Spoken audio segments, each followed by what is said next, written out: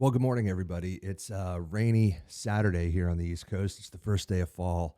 And after much procrastinating, I've finally gotten around to editing one of my favorite little chunks of my interview with Mr. David Gans. He was kind enough to have me out to his delightful home in the Bay Area. And we spent a couple very happy hours talking Grateful Dead stuff. I posted a longer video earlier in the year when I got back of a good chunk of the interview, but I left out this part where we're talking about Dark Star. I just run out of room on a memory stick, and we swapped memory cards, and that spurred a story from him about a sign, I guess at Front Street, about how tape is cheap and just basically keep rolling, which turned out to be pretty sage advice.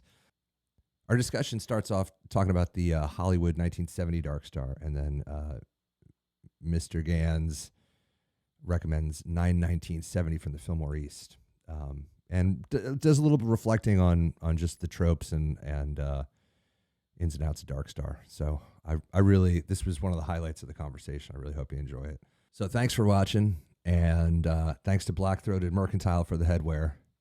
And there's some pretty sage advice from the coffee cup that I'll leave you with. Hope you're well. Thanks for checking it out, and we'll talk to you soon. Thanks. And when 2-inch tape cost a couple $100 a reel, that was an expensive proposition. But it's still, tape was still cheap because missing that thing was. And you feel gypped, especially in the context of improvisational music. I was listening to the Honolulu '70 Dark Star, and there's a gap. Yeah. The Dark Stars, to me anyway, seem to follow this, kind of predetermined path, and it was right in the quiet part. And then it comes back and it's very jarring and loud. I mean, it's wonderful to have. But you don't know how they got there. But God damn it, I would, yeah. Yeah. I once, for a book project that never happened, I once listened to like a couple hundred Dark Stars. What's your Just favorite? Tracing it over the course of its existence. I came to the conclusion that they were right.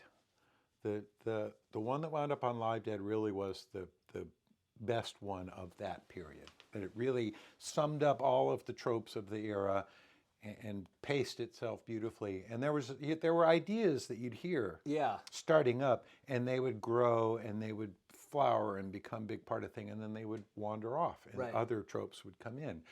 And I even sort of named some of them. I don't remember what I called them at the time, but the song was more than a song. It was an environment, right? Right. TC once, it's really, we often felt like it wasn't like playing a song. It was more like entering the universe of Dark Star, that's always ongoing. Just tapping into it at the time. And that's a nice way to look at it. But yeah, those tape gaps, missing a crucial moment. Like, how did they get from there to there? I hate that. Yeah, Garcia would do this thing that I love. I mean, I came up as an acoustic player too, so his finger picking is what I kind of emulated, right? And that when he would do that staccato finger picking bit when the band would get real quiet, and just modulate between two chords, and it was dynamic and powerful. All the things about that era of Grateful Dead music, that is just chef's kiss, So quiet. Like right after the first verse, there'd be that really, like 9/19/70 is one of my favorite Dark Stars. That whole fucking second set is mind blowing. The St. Stephen Not Fade Away and stuff. What? That doesn't ring a bell. Fillmore East. Oh yeah, you're right. It's course. the pig pen. Did you say fuck? Yeah, right. The Dark Star on that night's pretty damn good too. Yeah. But that was one of those things after in that whole period, the late '60s, early '70s, there was a loose structure to Dark Star. They would, in fact, one of the things I tracked was they would start with maracas and guiro, and when did somebody start playing the kit? It was usually not till after the first verse. Somebody would move to the kit, right?